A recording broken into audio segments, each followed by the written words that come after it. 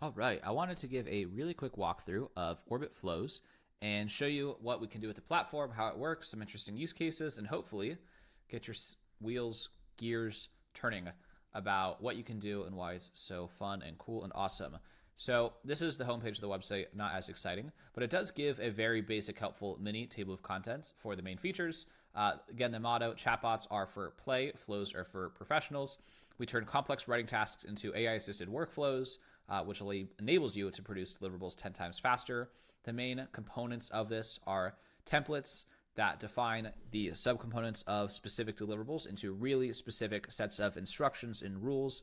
And so when you actually go to draft content, it works really, really well. A research engine makes you pull in reference material so that you actually are making, interesting claims about things. And then last, you have your context, your voice, contextualized to your particular needs and use cases. So things, again, are more likely to be instantly usable and instantly high quality output. So I'm going to show two use cases here. One is going to be a kind of off the shelf style news roundup with light analysis, curation newsletter. Then one's going to be another use case just to kind of, again, get the gears turning about how to use Orbit Flows. So this is a visual. This is a fake newsletter we made just for demo purposes. Kim's a writer on our team. The idea, Neotropics news. Neotropics are like stimulants to make you better at concentration.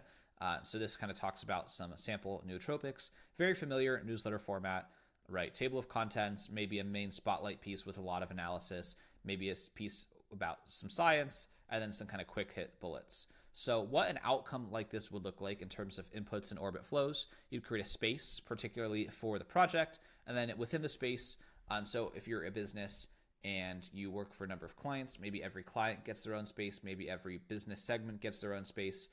So sales, marketing, internal, kind of depends on your particular needs. But for us, as a content agency behind the scenes of Orbit Marketing, a sister company of Orbit Flows, we have all of our clients in different spaces to keep work segmented between them.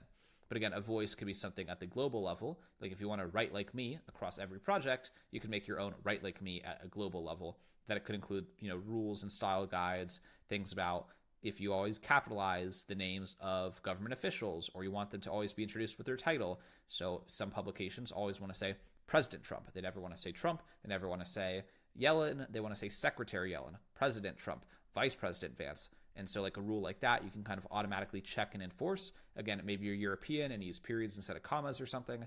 This is a place where you can declare preferences like that to be checked all of the time. When you go to write a voice, excuse me, I'm all tangled with my wires, you can, like physically, like the microphone wire got stuck. Anyway, when you go to declare a voice, just upload examples of past writing that you like. It can be you, it could be someone else.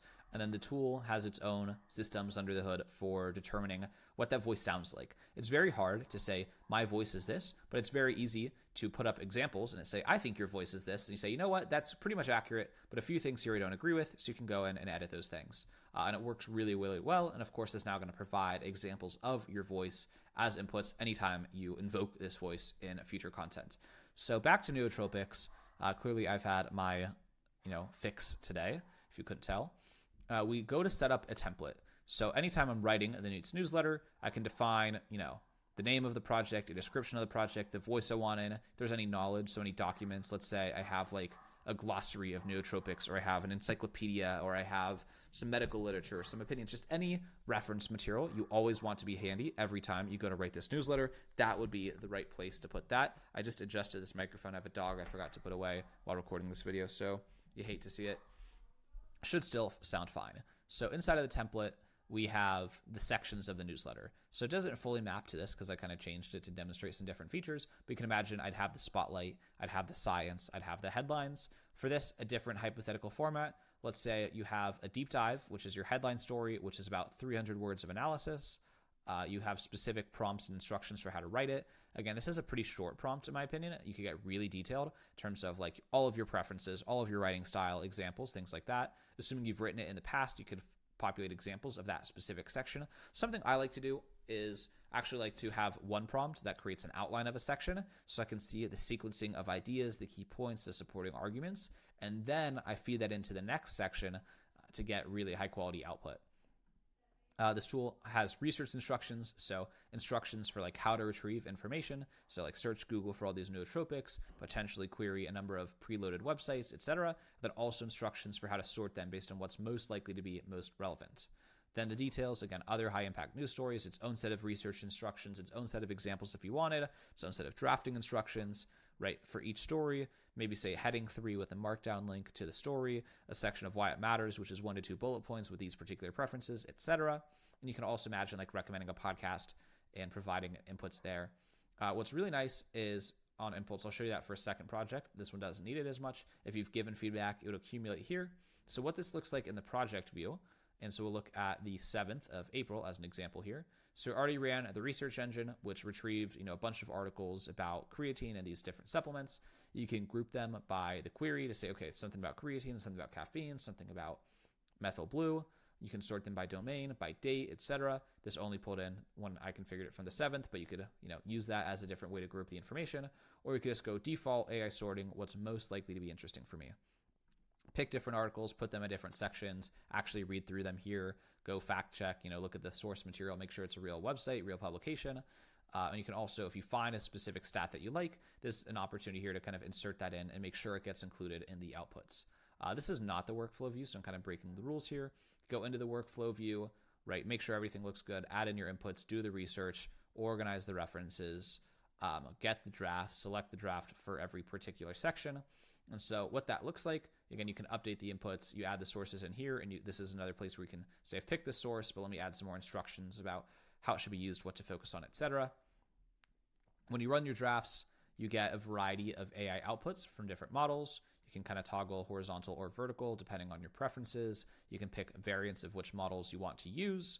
And you can always request more drafts, get more feedback, etc., and do that for every section. So that's the step-by-step workflow for producing a newsletter. Then, of course, outside the workflow view, you have this kind of main toolbar view where you have all of the drafts from all of the sections. And so you can imagine you go through and you're writing your deep dive here. So let's look at the draft of the deep dive. Maybe Sonnet looks really good. You can insert it right into the editor or copy paste, or you can kind of manually just skim all these and have them in your mental RAM as things to potentially reference. Going fast here, but with this tool called Loom, you can adjust the playback speed. So again, we have drafts for the detail section. I didn't give great prompts here. I should have said give me a very structured headline with a very structured A, B, and C. But assuming you do that work on the outset, which we have a lot of pre-made packages for, you'll get much better output. Again, the highlight section, you get your highlights. I didn't ask it to make hyperlinks, so it didn't, but if you did, it would have. And that's kind of the quick overview. Once you have the full thing together, just paste it into your email platform of choice. We have a number of integrations coming really soon. And of course, you have your kind of fully featured AI text editor here, right? Rewrite this, selected these 34 words, rewrite this section to be improved in this particular way. And what's nice is it has the context of everything else we've kind of discussed when it does that, which is going to lead to really good output. Could run your quality checks, look at past project history. Those will be a lot more informative when I show the other example of a type of repeat written deliverable with Orbit flows. And so I like to do this with sales recaps, sending follow-up emails after I have sales calls. So something like, you can see a sample recap is something like, hey customer, great connecting with you. I'm excited about the potential to move forward. Here's recap next steps and resources. And when I go to do something like this, it walks me through we'll go with Right Project.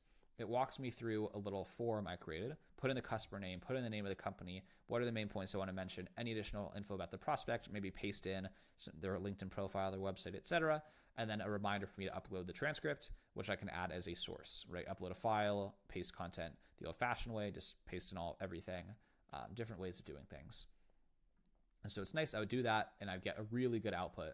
What's nice, I can see in the history, right, past examples of sales emails that I've sent, and it works really, really, really well.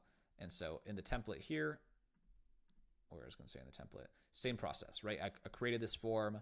Is this a required field? Is this a remembered field? Things like that.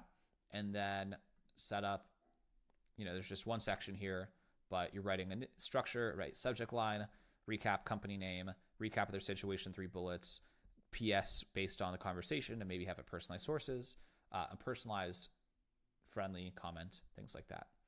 And then the other example I'll show is a podcast interview outline. This one's nice because it does pull in knowledge. So I have this list of like my 100 favorite podcast questions, which is just going to help me provide that in the prompt every time I build a similar deliverable. So podcast interview outline, right? Add in the knowledge as something to always be a reference.